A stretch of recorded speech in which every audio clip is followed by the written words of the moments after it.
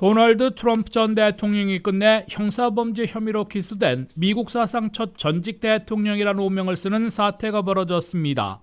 미국은 경제 불안에 이어 정치 불안까지 겹치며 어디로 휩쓸려 갈지 모르는 거센 소용돌이에 휘말리고 있습니다. 트럼프 전 대통령은 뉴욕 카운티 특별대배심에서 23명의 배심원들의 다수결로 형사 기소됐습니다. 미국 역사상 대통령직에서 퇴임한 후 형사범죄 혐의로 기소된 것은 이번이 처음입니다.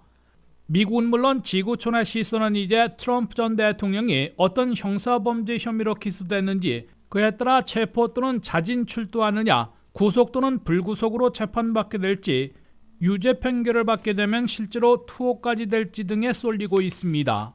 첫째, 트럼프 전 대통령이 어떤 형사범죄 혐의로 기소됐는지는 이르면 내주 초 법원에 처음으로 공길에 출두하게 되면 앨런 브래그 맨하튼 검사가 공표할 때 확인할 수 있게 됩니다.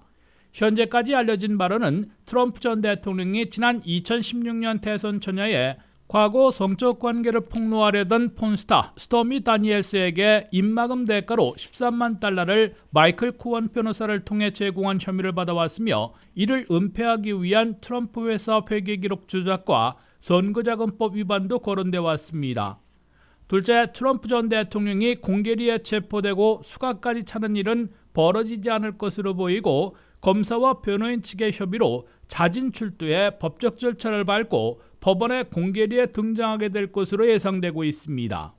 검사와 변호인이 합의하면 트럼프 전 대통령은 자진 출두하기로 동의하고 우선 경찰서나 검찰에서 피고인 절차에 돌입해 지문을 찍고 이른바 머그샷으로 사진을 찍는 순모를 겪게 됩니다. 그런 다음 트럼프 전 대통령이 법정에 등장하면 2021년 투표로 선출된 엘빈 브래그 맨하튼 지역 검사가 구체적인 형사범죄 혐의와 기소 내용을 공표하게 됩니다.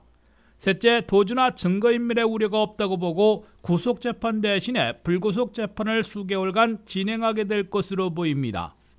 넷째, 유죄 판결을 받느냐, 유죄 판결을 받게 되면 실제로 수감 생활까지 해야 할지 추시되고 있으나 현재까지의 형사범죄 혐의만으로는 뉴욕주법상 투옥되는 일은 없을 것으로 예측되고 있습니다.